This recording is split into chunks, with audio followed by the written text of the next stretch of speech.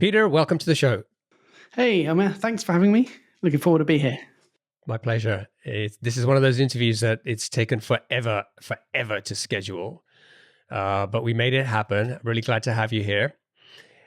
So we're going to talk about the 7 key user flows to help founders and teams unlock their SaaS growth. And before we get into that, why don't you just tell us about your company, UserActive? What do you do? Who do you help? And what's the main problem that you're going out there and solving? Yeah, sure. So we're a design team for SaaS companies, really. So we have a subscription-based design model where we become an extension of the SaaS company's team and really help level up design across the business. So we fundamentally work on product design, really improving UI, UX, improving conversion rates and CRO. In a product, but we also support in design across the business. So website design and optimization and other, marketing based collateral. So yeah, you can just think of it as a design team for SaaS. And you are based in Barcelona. That's right. I'm from London, UK, but we're based out here in Barcelona. And are your clients mostly in Europe, or you're working with clients in the US and all over the place? Yeah, we have a bit of a mix, actually. So I'd say probably 60% are based in the US. And then, Europe makes up, it's more or less like 60, 40%, 40% based in Europe. And then occasionally we'll have a client in, based other places. We've had one in New Zealand and Australia too. It's just slightly trickier time zones, but we've got a pretty flexible team and some remote designers too. So, yeah. That's the new world, right? Global customer base and no sleep. Yeah, so it's good when you can wake up and see progress on things being done. Yeah, that's nice too. Okay, let's take a quick breather here. I've come to realize that some tools can really change the game when it comes to building a business. That's why I'm excited to tell you about Leadfeeder, a tool that helps you cut through the data and turn those website visitors into solid leads. Leadfeeder shows you which companies are checking out your site, tracks their behavior, and integrates all this with your CRM. The result? It's your secret weapon for engaging leads and helping your team turn website visitors into sales. Head over to leadfeeder.com/try for a free demo and get a free extended premium trial when you let them know that you're a listener of the SaaS podcast. That's leadfeeder.com/try. All right, let's get back to the show. All right, so let's get into this. And what we're going to do is we're going to talk about each of these user flows that is part of running any SaaS business and growing any SaaS business, and we'll just deep dive into each one, just help people understand what each one is, why it's important, common mistakes people make, the best practices, and some real world examples. If we have them, we'll share them along the way. So with that, why don't we get started and just frame this thing for me and just tell me, like, at a high level, what is a user flow? Why is it important? Why are we even having this conversation? Yeah, good question. So really, you want to think about a product as being something that users come and experience. They're using the product to get value from. They have a problem or they're looking to achieve something in an easier, faster way. And they don't just interface with the product at one moment or at one point. They're always having touch points with a product in terms of steps or a journey or a task. So what we always want to design a journey that or an experience that facilitates the journey or the task that they're looking to achieve. And the goal of that is to make it very easy, make it intuitive, and really remove the requirement for users to have to make cognitive effort to think. So if we can reduce that, make it easy and make it flow for them, then we've done a really great job in helping them to achieve the result that they're looking for with the software. And as we've designed, many SaaS products, what you get to see over time is that there are very common flows from one SaaS to another, so very common user flows.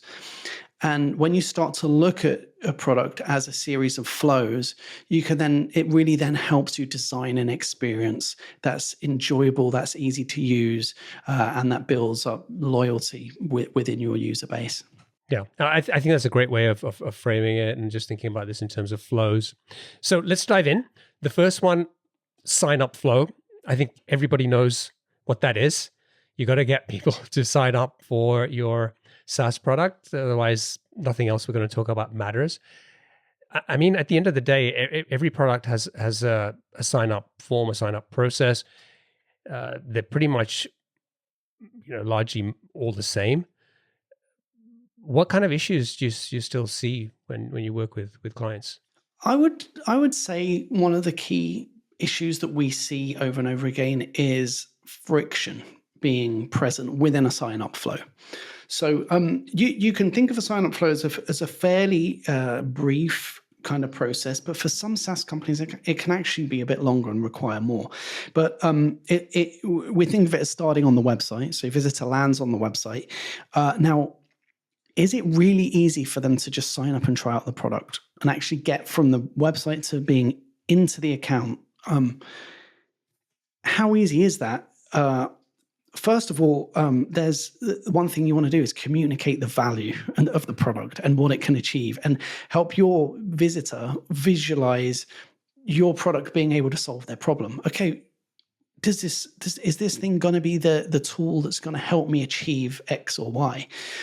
If that's compelling, then they'll likely take the next step. And there are also some other competing factors as well, because nowadays SaaS is pretty competitive. So quite often visitors are coming with an idea of different options. So they're exploring whether your product is a solution, and they might also be switching from another SaaS product. There might be another tool that's not quite delivering what they need. So your product has to position itself to solve that problem. It also depends what acquisition model you're running for your software. So is it product led? Are you operating free trials, or do you operate through a demo process? Do you still have a very sales-led approach? Do you sell to enterprise? Does that sales process involve more? So that's where things can be a bit more complex. But generally speaking, you want to be able to articulate the value of your product clearly and make it easy to click on that free trial, enter your credentials, and sign up and start using it right away. What other mistakes do we see? Sometimes there's unnecessary steps being there. There can be unnecessary steps. There can be too much information. There can be conflicting information. Sometimes you'll see on, say, just a website hero section for a SaaS, there'll be book a demo, there'll be a free trial button, there'll also be a try it now, and where you're not really sure if that's a free trial or a call. And we sometimes see conflicting call to action. So it's just about simplifying the message, simplifying the step, and reducing friction for somebody to actually get inside the product. Yeah. My favorite one was a few months ago when I was checking out a new product I came across. I got to the sign up page, and before I even filled out one field on the sign up page, there was a pop-up giving me a discount for the product. And I was like, I don't even know what the product is yet. Like, why would I do? And it was just getting in the way, right? It was just like, look, you could have got me in there and you're already trying to sell at the wrong time, I think. Yeah, I mean, the discount, it would be ideal if that came at a point at which, that the free trial ended or something like that, and you're trying to hook that user in or give them an offer to see if you can convert them if they haven't converted through the free trial. So yeah, it does take a lot of thinking and and simplifying and thinking about that experience for the user. We should be clear that we're not trying, the goal here isn't to try and convert everybody who visits your website into a sign up, right? There's no way that you're getting 100% of your traffic is your ideal customer profile and customer. So almost the purpose of the website in many ways is to qualify the right people, disqualify the wrong people, and get the right people to get to the sign up page to sign up. Because otherwise, if you're just getting any random person to sign up, you might have an amazing sign up conversion rate until you look at the churn and you're like, well, they kind of all don't stick around at all. And so tell me about so what are you looking at? So you're looking at the sign up page and the conversion rate of people who visit that page to signing up? Yeah. So you're looking at website visitors to signups. And you'd count the sign up as someone who's actually getting through and landing in the product. So yeah, was visitor to sign up conversion rate. And I like your point about getting the right users in. So that's why the website has to communicate effectively the value and do justice to the product. So if you have a really good product, but your website's really not getting that message across, then some of those users that are the right fit might not get through that step to see the product. And one thing we like to do there is also just show the product on the website. So it's amazing how many software companies, they might either feel that the UI isn't sexy enough or they're not completely proud of how it looks. But we always encourage getting the product on the website so you can actually see the product, get a feel for what it is, what it does, and communicate the value of it. Obviously, that's a lot easier said if you have a really sexy UI. You want to show it off, but that's why we design across the whole spectrum of like a SaaS company to make sure that impression of your product is really high and that shows on the actual homepage and on the website. Yeah. Actually, thinking of that, I was looking at Profitwell metrics a couple of days ago, and obviously Profitwell is being acquired by Paddle, and is part of a bigger org now.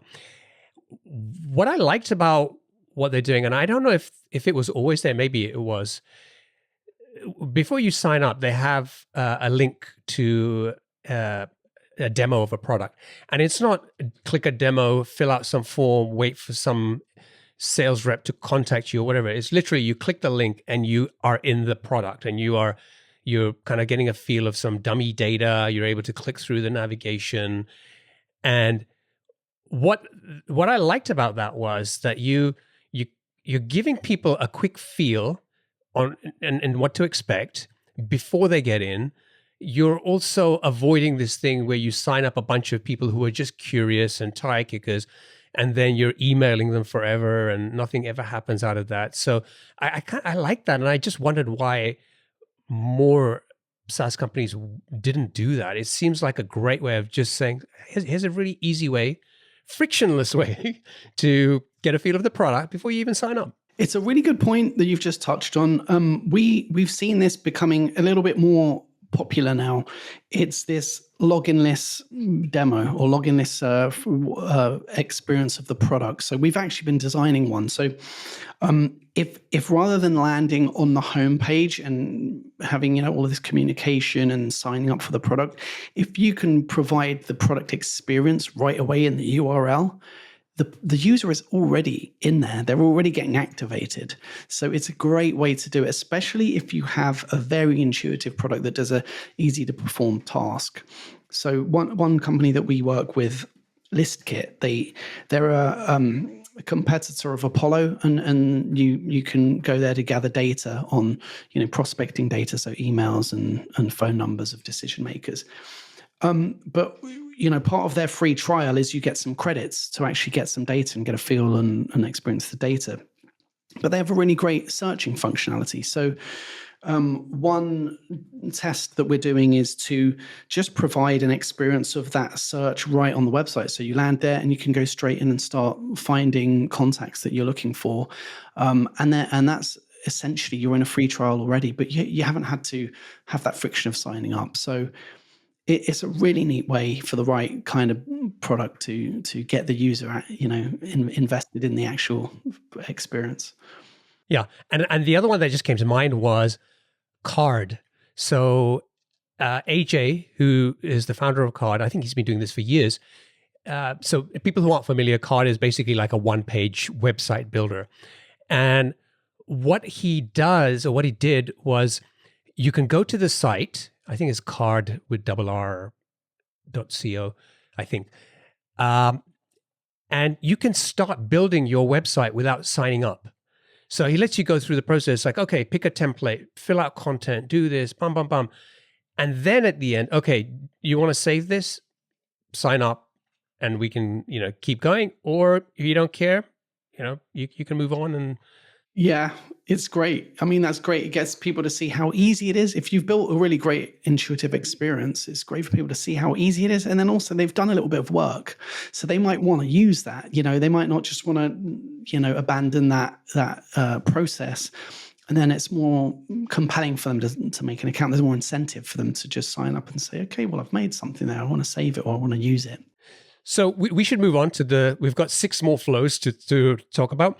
But what I really like about this is, I know you said track website visitors to sign up conversion, but also is it about the actual conversion rate of the sign up page? Do you also track that? Yeah, we do. So yeah, those pages can be pretty simple, and sometimes they can even start right on the homepage. So for a lot of SaaS, you see put your email right there in the hero section, and then you put your email and you hit login, and then the next thing is, okay, you're fitting in a little bit of details about your name and maybe your company, and then you're in.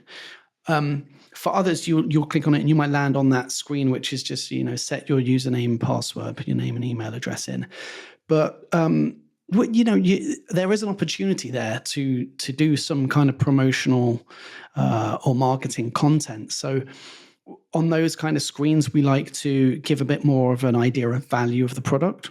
It's one of the key desirable outcomes for using that software. Some social proof, maybe some accolades. Companies always like to show their G2 or Capterra, but it just makes them look, have a few credentials there. So we do measure the conversion rates of those pages too, and sometimes iterate on them, maybe test them and get a sense for what works better. That's obviously better if you're a SaaS who has a high number of visitors and a high number of signups, because when you're at an early stage, you don't have a high volume of traffic. Working on incremental improvements on those pages is probably not the best use of time. It's too detailed and finite. Yeah, great. Okay, so what I love about that is we talked about some of the best practices in terms of conversion rate and testing that, tracking those metrics, but also some, I think, more innovative ways to improve that sign-up process, like the card example, the list kit, and profit well metrics. So those are, I think, good examples of things you could do differently with your sign-up process. So number 2, the second the user flow is onboarding. And so we've got people signed up, but we actually need to get them to a point where they activate and start using the product. And this is where we see, often low activation rates. So just kind of explain this flow a little bit to us, and what some of the mistakes you see there. Yeah. So onboarding, you really want your user to be impressed in your product. You want them to come in, you want them to get value. And what you want to avoid is them signing up, landing in it, feeling underwhelmed and also confused on what to do next. So common mistakes we see is a bit of like throwing too much information at the user. They might see pop-ups, they might see checklists, they might see a walkthrough, they might have like conflicting journeys and things to do. So that can be tricky. Also, if there's a steep learning curve for a product, user onboarding isn't always easy. And that's really true. If you have a simple product that's intuitive and product-led, it can be a lot easier. Like say, imagine Loom for an example. You're in there, shows you how to record a video. You hit record, and before long you've got your first video done, and you kind of feel this like, oh, that was nice and easy. But there's a lot of SaaS out there that's a lot more complex than that, and has a lot of different functionality. So it does require some learning. The challenge is, how do you do that? How do you make that easy? The other aspect of this that can be difficult for software companies is that you have different user profiles. Not all SaaS just has one type of user. And those different user profiles might have a different experience. They might have to do different tasks or have different jobs to be done. So their onboarding probably needs to be different. So personalized onboarding is one thing that we think about a lot here, because what might work for one user profile as an onboarding flow will not work for another one. So That's something to be careful, especially if it's enterprise SaaS. So the more complex products with complex workflows. Yeah, I think that's a great point. I think it's too often we see like a one size fits all onboarding journey or process, and sorry, I should say flow. That's the word we're using today, the flow, right? And often that can work if your product is straightforward and people get it. There isn't too much effort involved. But if you've got a product that serves potentially someone who's not that tech savvy and doesn't, like you and me, play around with SaaS products day in day out, they need a much simpler kind of experience versus someone who is a more sophisticated user. They're going to get very frustrated if you're like getting in the way of them actually just getting to start using the product. Yeah, that's true. Sometimes you can get in the way with too many journeys and pop-ups and things like that. There's a couple of ways that I like to think about this to make it easy, or at least give an analogy to it. One thing that we want to do with the user when they come in is to orientate them. So you're welcoming them into your product, and you just want to say, okay, like here's what you can do. Here are the options, and here's what's available to you. And then you lead them in the right direction. So the analogy I often give is, it's similar to if you went to a 5-star hotel. When you arrive at the 5-star hotel, you're usually impressed because the lobby is impressive, right? You walk in and you're like, oh wow, this hotel is pretty special, right? And then when you get there to check in, the person at the check-in helps you sign in. That's a bit of hassle. You're usually tired. You've been traveling. You've got to give them your passport. You have to do a few things. They're going to give you a room key. So there's a little bit of logistics. But then what they usually will do is say, okay, so we've got a gym and spa. You can go to the first floor for that. There's breakfast at 7 till 9 or whatever. Your rooms in such a place. We also have these events. So they kind of talk you through and make you feel comfortable, just make you aware of the facilities. Then maybe somebody's going to come and help you with your bags, and then they'll show you how to go and get set into your room. So once you're there, then you're free. You're like, okay, right, I want to go and check out the gym or a spa, or I think I'll go to this event. And it's really similar in a product. You just want to, take away the hassle, help them feel like, oh, this is going to solve my problem, and for them to be impressed by the product UX UI. And then you want to kind of like steer them and let them kind of explore on their own. So I usually use that as a kind of analogy to how you want to think about users coming into your SaaS. I think that's a great analogy, and I think sometimes products try too hard, right? And kind of going to your analogy would be like saying, okay, you checked in. Here's here's where the fitness center is.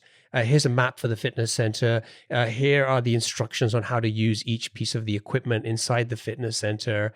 And all of this stuff. It's like, yeah, I probably want that at some point, but you're just giving me like a pile of 100 pages to go and take away with me right now. It's like a lot to think about. And the other thing is, like, imagine they told you about the gym and then they walked you down there straight away, like, okay, yeah, let's go and we'll show you the gym. And you're like, okay, but actually I just wanted to get my bags in the room and have a shower. So you can do that in onboarding too, just steer them in different directions, which might not be the one that they were coming for their problem to be solved. Yeah. And my pet peeve, which I've mostly experienced on iOS apps, but I'm sure there are SaaS products out there that do this as well, is if I've used an app and gone through some kind of onboarding, which was pretty painful and I didn't really need it, it was like 15 steps or something. And then I deleted the app and then I reinstall it or something. And they make me go through all that stuff again. It's like I just did this. I know how to use the product. I just didn't have it on my phone, right? Now I just reinstalled it. I want to continue using it. But for some reason, they just got this really rudimentary logic, which is if someone installs the app, they must be a new user. even though we know they're not a new user. And so we're going to force them through this painful onboarding so they know how to use our product, right? What are the metrics that are most important here when it comes to onboarding? Well, we do look at things like utilization. I mean, imagine you're running a 14-day free trial. We want to see that this user is logging in and they're actually completing tasks. So utilization is like, how many times are they logging in? How long are those sessions? But then there's also some behavioral metrics. A lot of SaaS companies will use their North Star metric at this time. So I'll give you an example. We worked with StatsDrone, that's an affiliate management software. And for StatsDrone, during that free trial period, they want to see how many people come in, set up their account, and then add one affiliate. And that affiliate can then start, doing their affiliate marketing for that account. So that's one of their North Star metrics. And then the other one is like how many accounts add 5 affiliates, because that gives them a real sense in the free trial period of how active this user is going to be, how important it is for them to get up their affiliate campaigns, get them up and running. So yeah, it's really good to have some kind of North Star metric that you track in that period. And then things like login.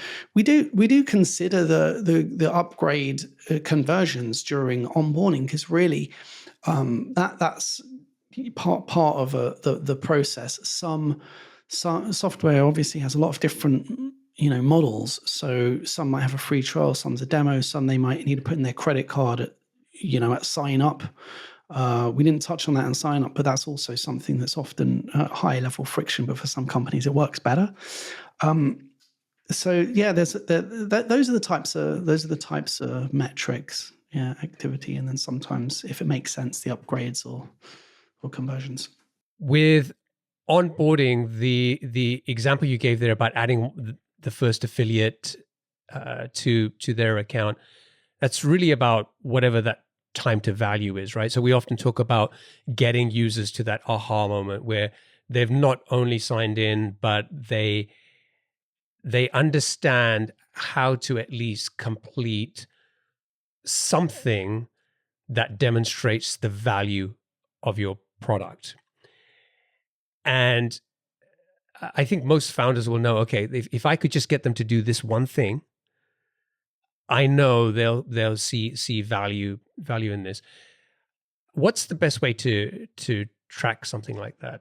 Yeah, I mean, well, it's different for each company, because you learn to see the pattern of what works, and that's why it's important to choose a North Star metric that makes sense to customer success with your product.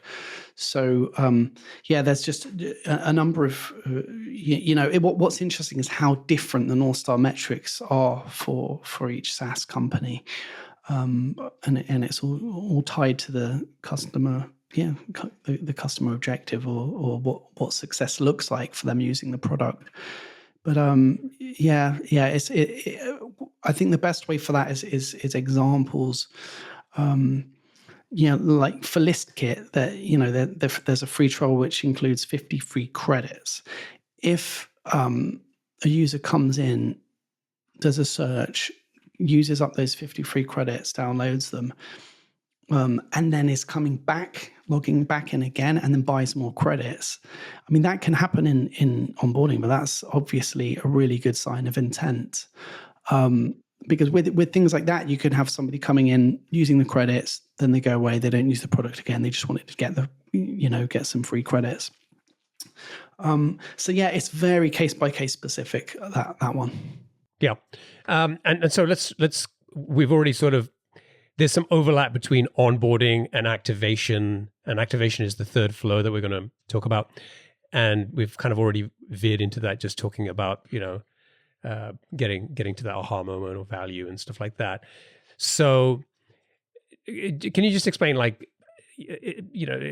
people who aren't quite clear, like how would you draw the line between onboarding and what activation is? Like, what are we trying to do? Yeah, so the main thing about activation is that you want users to be aware of your valuable features and to start using them. So it's raising awareness It's also motivating or incentivizing users to get started on using those features. So it's those two things. Now that relates to onboarding, because you might have a period of onboarding where, something we do quite often when we're designing is during that orientation, we might highlight a few key features within a product, and so that the user gets awareness of them and can visualize, okay, if I use that feature, I'm going to get this value out of it. And that's where activation starts. It may take a few times of seeing a feature or clicking on a screen to get familiar with it. And if that starts in onboarding, you're already working on activation, then that's a really good step.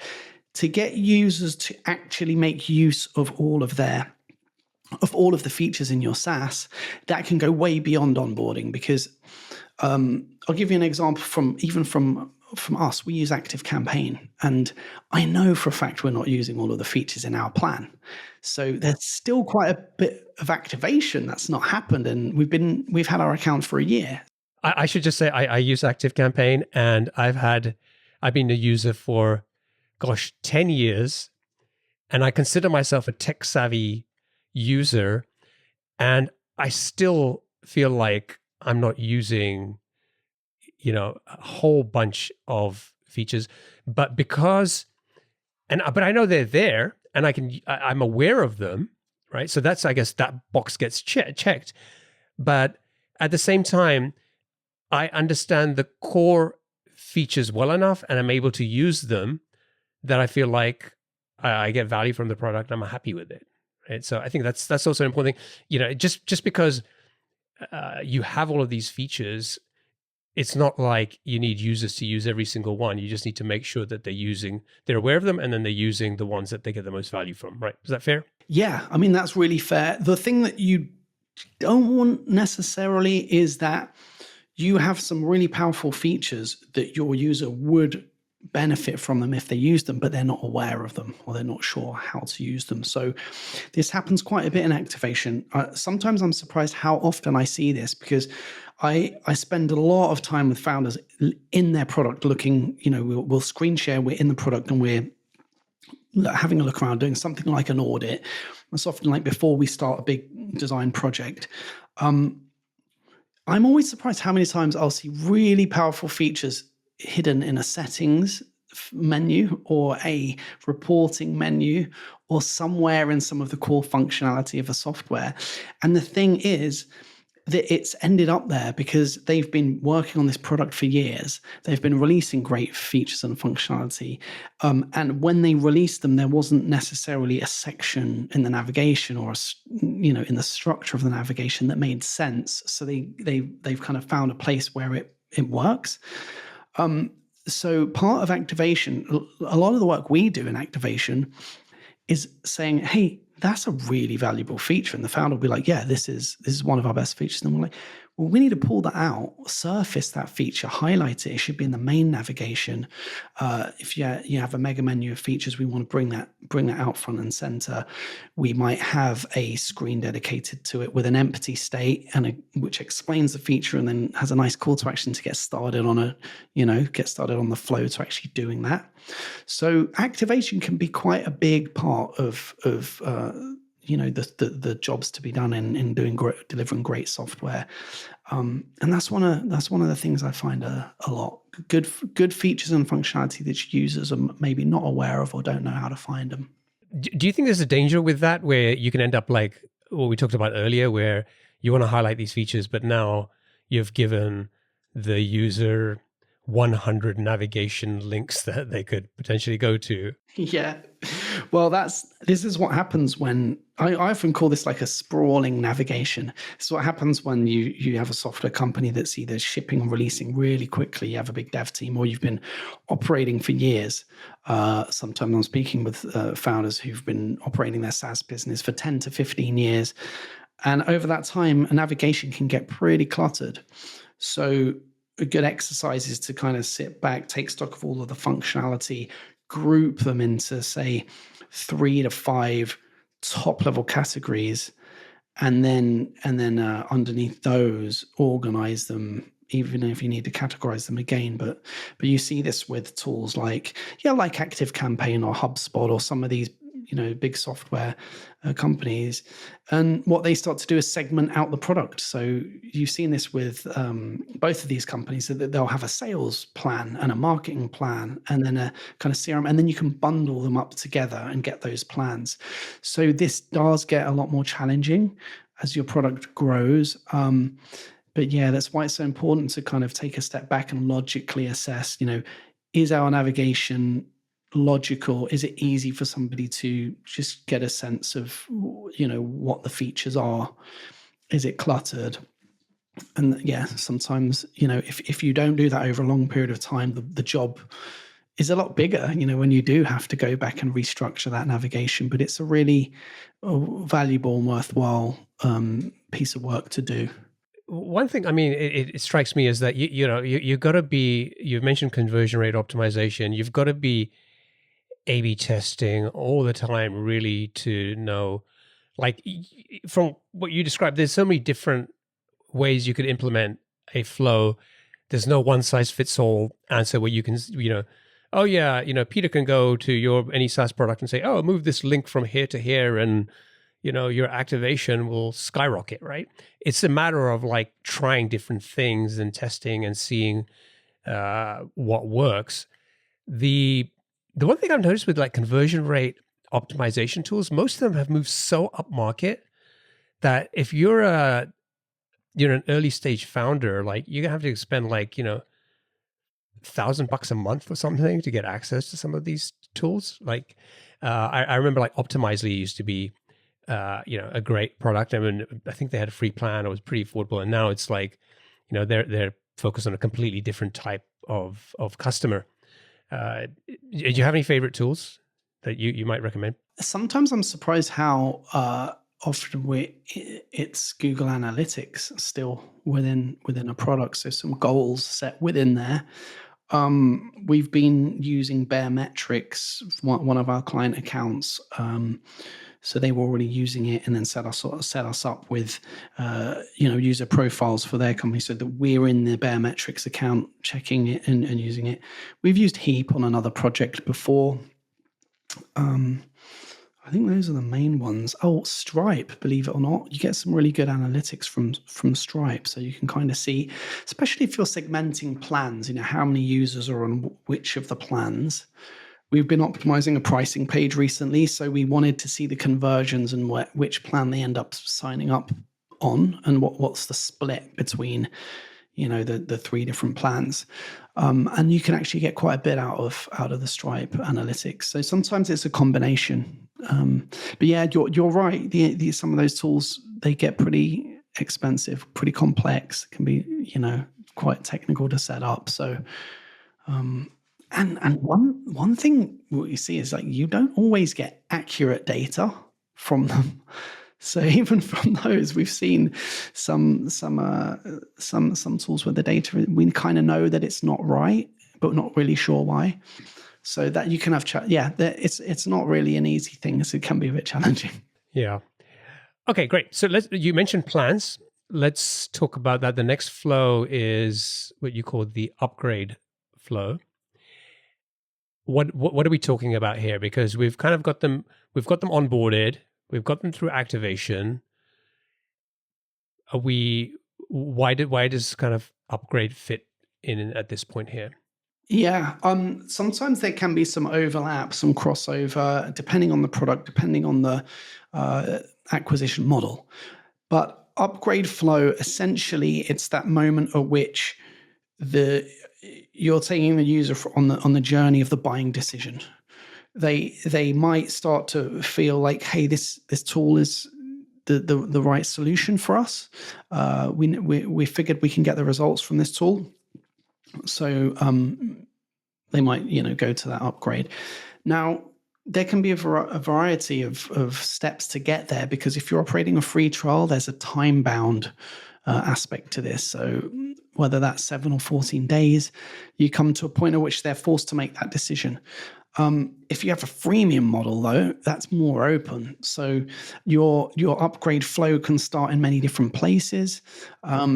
And then also, for demos, where if you have a kind of sales-led approach or some kind of hybrid approach, then this varies a bit too. But it's really that buying decision and how you take them through that journey within the product. Activation can still happen after, because sometimes you want to activate a user on a plan as well. So say you take your free trial and then you upgrade to a premium plan. You really want to activate that user the minute they sign up to make them feel like that was a good buying decision and now they're invested. Because the last thing you want them to do is upgrade and then feel like, oh, yeah, I'm still not kind of sure, was this right? And then not really get busy in the product. So want them to get active. So that's why we really think about upgrade flow as a very critical user flow for SaaS. I want to try, maybe you have an example here that you might be able to share. And it is hard because, like you just said, there's different, people could upgrade at different points depending on what type of product you have, what type of model you have. It could happen, 3-6 months after they've been using a free plan or a basic plan or whatever, or it could happen right at the point where they're using the product for the first time.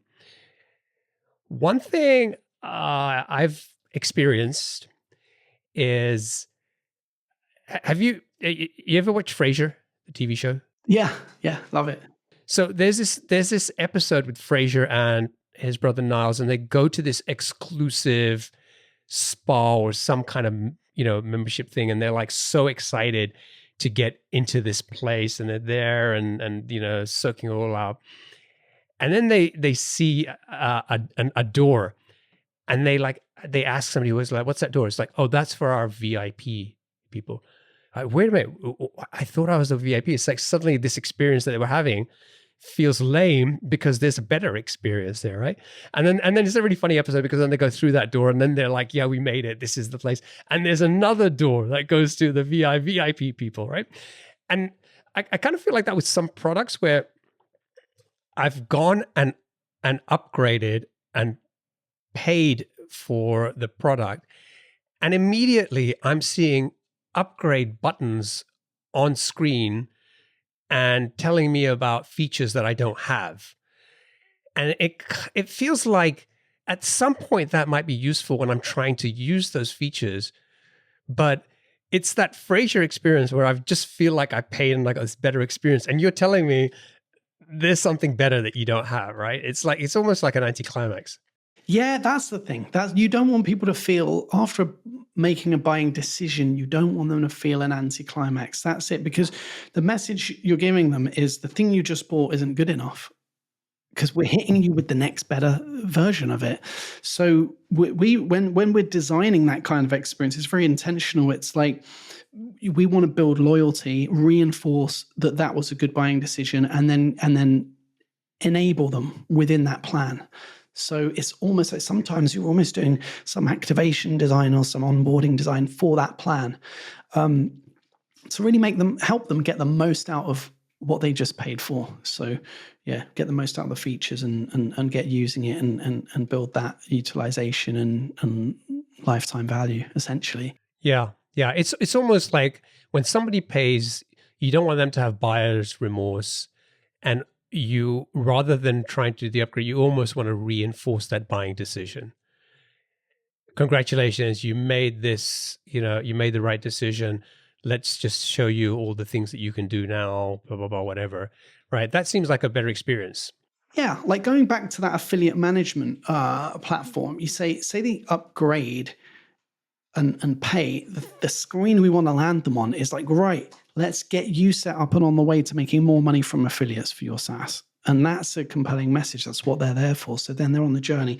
Okay, let's add your let's set up your first campaign, add your affiliates, send the message out. And that's the kind of thing will facilitate a flow for that. With the upgrade flow, it's usually the bit before that we're really working on. So it does start during onboarding, because we want the user to be really clear about what the buying options are. You know, what are the plans?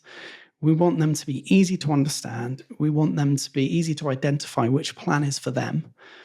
And we also want them to understand the model, the sign up, and acquisition model for the SaaS. Because if they're on a free trial, we want to frame it. Okay, 14 days will help you get the most out of this product in this time. But you do see the kind of, you have 13 days left, or 5 days left. Sign up, upgrade now. We will design those things, but they're very contextual and they're very, you have to be intentional about where you put them. If, for example, you're running a freemium plan, we would do that very differently. So you might have a premium feature. When they click on that screen, you'll introduce the feature and explain what it is. Say, okay, get started now. If they click on get started, we're going to show them a paywall or a sign up wall to say, okay, upgrade onto the plan to pay for this feature. And then we're going to educate them on that. The key thing about making it easy is it's a bit like that sign up where I said, frictionless. We're trying to remove friction. So simplifying the decision making, simplifying the features or the complexity of what's in that plan so they understand it and can go through. So ideally, we want them to have one click, land on the pricing screen in-app. I'm also surprised how many times I see that taking a user outside the app onto a kind of pricing screen back on the website. And for us, this is like a big mistake. So we want to keep them inside the product. And then go through the upgrade payment. We've seen mistakes with this as well before, which is, annual plans usually have a 20% discount, something like that. We've seen some flows where you're not telling the user that they're paying for the whole annual plan, but the fee there's for the annual plan, then they pay for it, and then they're like, oh shit, I've signed up for annual and now I want a refund. So it's just like highlighting the information, making that buying decision logical, easy, and seamless. So that, upgrade flow, we consider it, from onboarding as well. It's that journey to understanding what you're buying and making it easy to buy. Yeah. I think people are getting used to it now in terms of the monthly versus annual pricing. But initially it felt a bit deceptive where, you'd see the pricing page and it would say $200 a month monthly and only $97 annual a month, right? And it's like, okay, it's kind of amortized over monthly. But then you get to the next stage and it's like, give us $10,000, right? You're like, what happened? Yeah, and you're like thinking, oh wait, I thought it was 97. Yeah, that's it, because it's just like giving you that annual cost, but what they were showing you was the equivalent monthly rate. So, yeah, there's clever things to do and to how to present it to make it look like a good investment. When I know that I need a product, I always buy the annual plan because the saving is pretty good. But when you're trying something and you're in a free trial and you validated that the product's for you, but you still don't know if you're going to really commit to that being the software that you're going to use, that's when you buy. I think that's when most users will go for the monthly and they'll say, okay, I'm going to give this a month or two and just try it out. And then later on, they'll get a sense of, okay, this has become a regular part of my workflow. Now it makes sense to go onto an annual plan. So you do want to account for that and be aware of things like that when you're designing upgrade flows for users. And the other example I sometimes give is Canva, where they can pay for premium assets. In Canva, you might be on freemium, but you're going to pay for one thing, and it might be a premium template of a video or something like that. So there's little buying things, but once a customer's bought once, the likelihood of them buying again is multiplied considerably. So then that you kind of you can build that loyalty and perhaps present plans a little more to them. So those are the kind of considerations we think about in upgrade flows.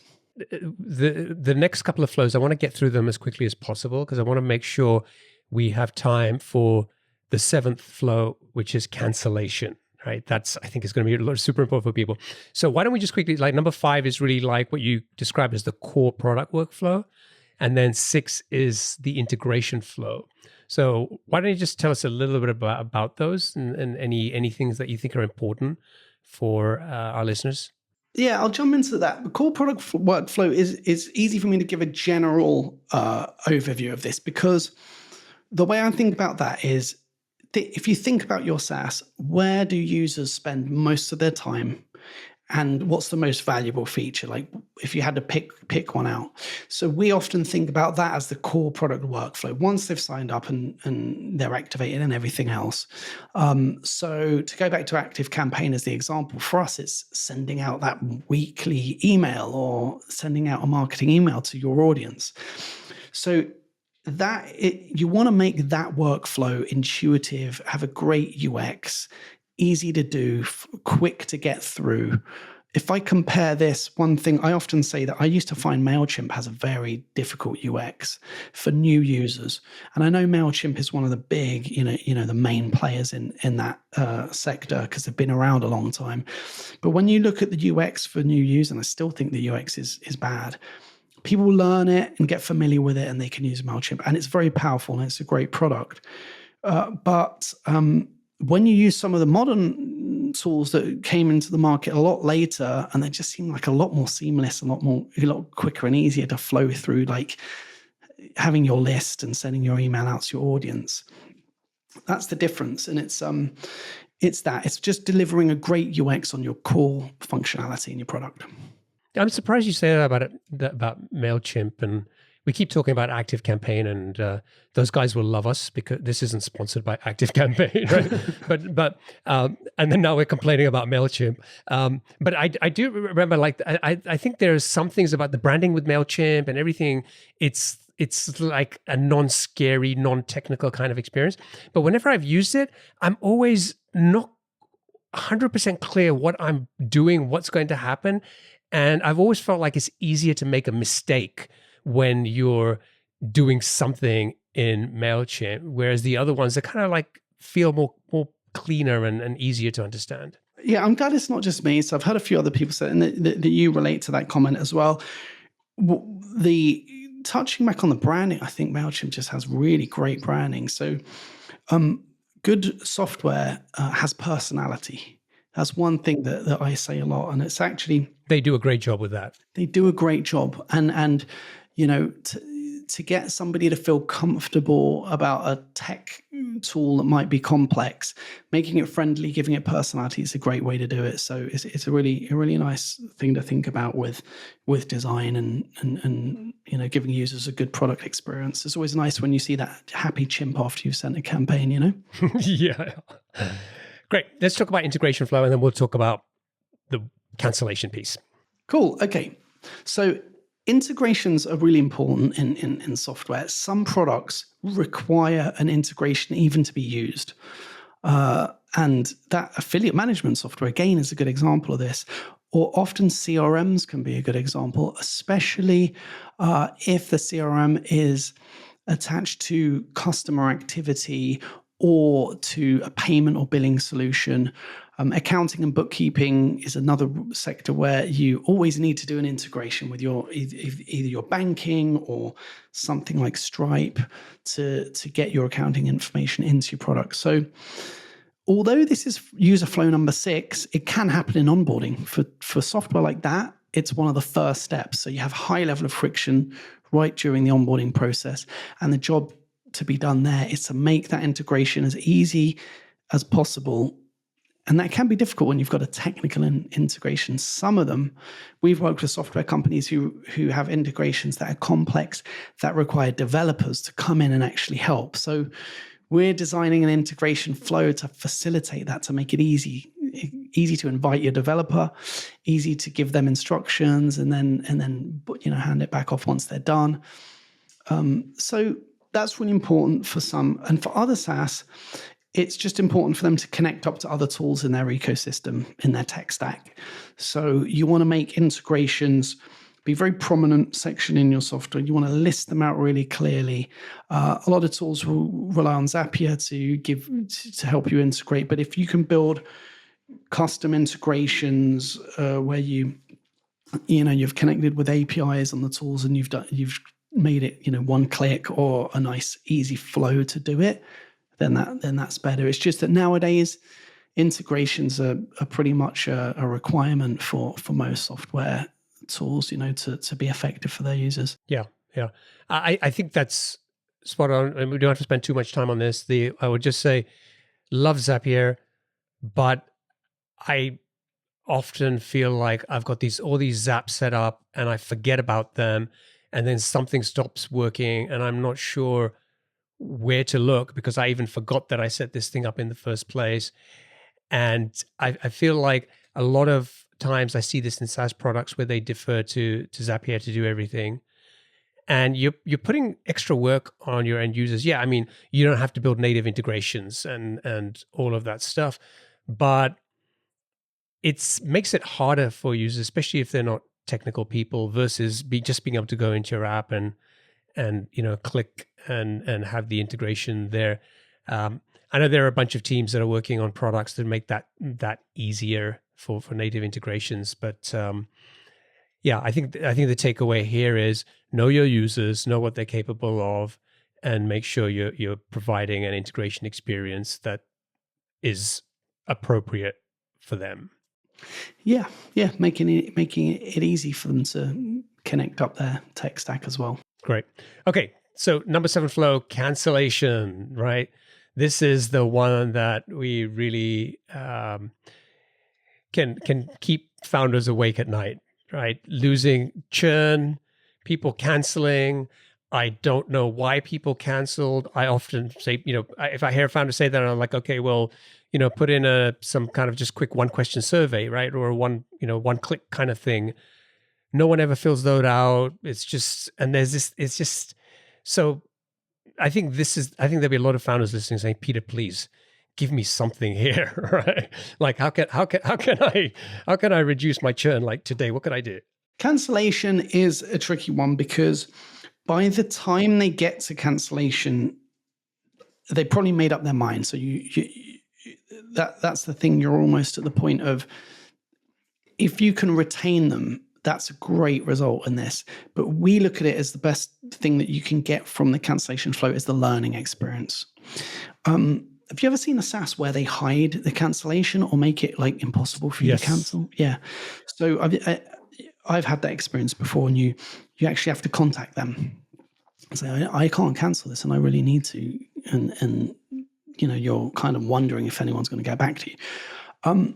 We really don't recommend that. That's a really bad experience. Once you leave, you are never coming back if you've made it difficult. So what we like to recommend is make it intuitive. Make it, you don't want to put it as a call to action to cancel, but you do want to put it somewhere in their subscription or account or profile settings, the option to downgrade or cancel. Now, when the user goes to click on that, that's our opportunity to get the learning outcomes that we really need. So we design a flow for that. And sometimes there's a few options in there. The first one is, oh, hey, you've got a problem you'd like to cancel. We've done this before where we've offered 3 options. We're like, okay, would you like to have half price for the next month or 3 months? It depends on what the offer could be. And there might be an opportunity during that period to also figure out, okay, how do we retain this customer? The other option might be speak to customer support who can help you with this problem right now, live chat. And the third one will be, do you want to put your account on hold? Like just pause. And then depending on what they click on, we take them on that journey. So at the end, if they just really, really want to cancel, we let them cancel. But before they do that, you can provide them with some required fields. You can say, hey, what's the reason you're canceling? Sometimes we like to leave an open text field so they can really write that down. Then we can say, can you evaluate any parts of the product that you're not happy with? And maybe give them like a bunch of selections so that they can check through. Because they might not write it down, but when they see it in a list, they can click on the thing or what it was. And from a design, imagine your product team, the product team's perspective, that's valuable insights. That's what we're going to take some of that information, we're going to try and validate that information and then go back and build those improvements into the product. So even though you might lose this user or this customer, anyone else with that same kind of scenario, we could retrieve them and really fix that solution for them so that you prevent cancellations in the future. And there can be so many reasons. It can be even, the UX can play a larger part than people often expect. Just the perceived quality of the product, or trying out a lot of cases. It's trying out a different product. We also want to know, okay, if they're going to leave another product, we're going to ask them, oh, what product are you going to try out? So you kind of want to know who you're losing your customers to as well, and that makes it easy to realize what you're not doing right. So we see this as a learning opportunity with the possibility of retrieving a potentially lost customer. Got it. Okay. Yeah. I think you and I talked briefly about this before we started recording, and really, you might be able to win back some customers or prevent them from canceling at this point. But as you pointed out, really at this stage, you kind of have left it too late if this is a surprise that somebody is now canceling, because there are a bunch of early signals that could have given you some clues that this was a possibility. Yeah. It's like trying to retrieve them, which can be difficult if you do great, but trying to retrieve them there is like this chicken and egg thing. Actually, if you learn from that one and then implement that into the product, you're going to retain the future customer. So rather than looking at it as the end of a customer, you're kind of looking at it as improving the beginning for other customers and how you can increase LTV and retention. Yeah. Because I think the kinds of things that I've suggested to founders who've struggled with this is like, look at other signals earlier, like what's happening with product usage. Are they using the product less and less? Are you asking for feedback when they interact with your support, or if you have a support team? Was there a negative experience or something that was unresolved there? Is there some kind of billing issue going on, or what? There's a bunch of things that you could have a checklist to go through and just say, these are the things we need to keep an eye on. And if we're seeing some of these things light up, that's a potential signal or set of signals that this customer could cancel, right?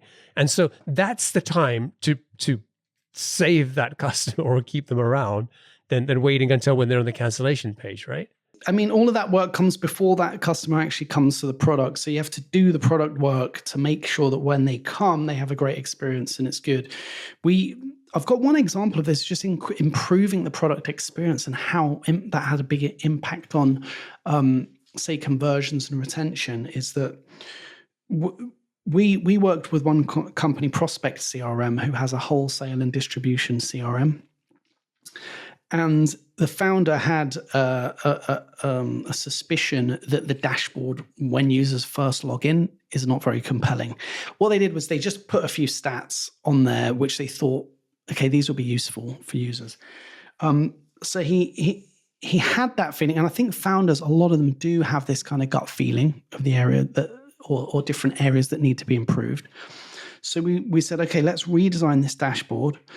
When we got started, we realized, there are 3 different user profiles who need to do different things. So then we were like, okay, we're going to design 3 different dashboards, and whichever user profile is, we'll land them in the dashboard for them. And we massively improved the data visualization, the UX and the UI for these. And it actually had a really big impact on the conversion rate from free trial to paid. And it ended up adding like a significant amount of ARR to their business. It was like 300K of ARR, because their conversion rate was around like 18 to 26% of free trial to paid conversions, and they were getting quite a lot of signups. So it just goes to show like the impact product experience can make. And what I know what we want to do is help founders who are listening, but sometimes it can make it even more difficult, because one of the things I was going to say is that users can't always articulate exactly what it was that's, missing when they cancel. So we're wanting to understand them as much as we can and learn. But also what you said was really important. It's observing, and you kind of want to infer from their activity and their behavior things that you can do to improve the product as well. So all of those things are important. Like I would give a simple one where if you're getting requests from customers asking for a particular feature that your competitor has, and your support team is saying, sorry, we don't have that, and a few weeks later a customer is canceling, there might be a correlation there that you want to, at least look into. Yeah, that's it. But I love your the idea of like just give them like the options in terms of, would a discount for short term for the next month, 3 months help? Can you, do you want to pause your subscription? Yeah, like pause. We've done this in the past, and if you ever use Audible from Amazon, you'll see they do this really well. If you try and cancel on Audible, they will give you an offer. They'll be like, okay, we'll give you 3 months half price, and you're like, whoa, that's a good offer. And they'll say, or we'll give you like 3 credits or something like that. So they really make, it's a lot. The cost of acquiring a customer is much higher than maintaining a good customer, right? So they're working on that principle. It's like they will go to quite a bigger length to retain a customer. So yeah, it's a special offer, talk to customer support, or pause the account. Those are 3 of the common ones that we've worked on or designed. And it works. I've been an Audible subscriber for over 10 years. And even the times where I thought about canceling, they've managed to make me reconsider. Yeah, they pull you back in. Yeah. And if the amount of books that I've got in there that I haven't listened to is like insane. So they do a really good job on retention. Yeah, cool. Okay, great. Look, we should wrap up. I think this was very helpful. So thank you for walking us through that, and just sharing some of your experiences on the mistakes that you see, and what founders and teams working on these types of flows can do to try and turn things around. If people want to learn about more what you do at UserActive, I guess they can go to useractive.io. And if folks want to get in touch with you, what's the best way for them to do that? Useractive.io, it's great. You can book a call there. I've got a book a call link. If you book a call there, you'll speak to me directly. I put aside 15 minutes for those calls. So if you need help or you've got a product issue, you can have a chat with me. There's no obligation on sales. I'm talking to founders every day. Other than that, I'm pretty active on LinkedIn. So those are probably the 2 best places. Great. Awesome. Thank you, Peter. It's been a pleasure. And, I wish you and the team the best of success. And thanks for allowing us to pick your brain. And hopefully there's some nugget in there for everybody listening that they can go and apply to their SaaS business. Yeah. Really hope this is valuable for your audience. I've loved being on it. Thanks so much for the chat. Really appreciate the opportunity to guest and share some of the stuff that we work on and the kind of user flows that we think are really valuable for SaaS companies to consider. It's my pleasure. All right, mate. All the best. Take care. Cheers.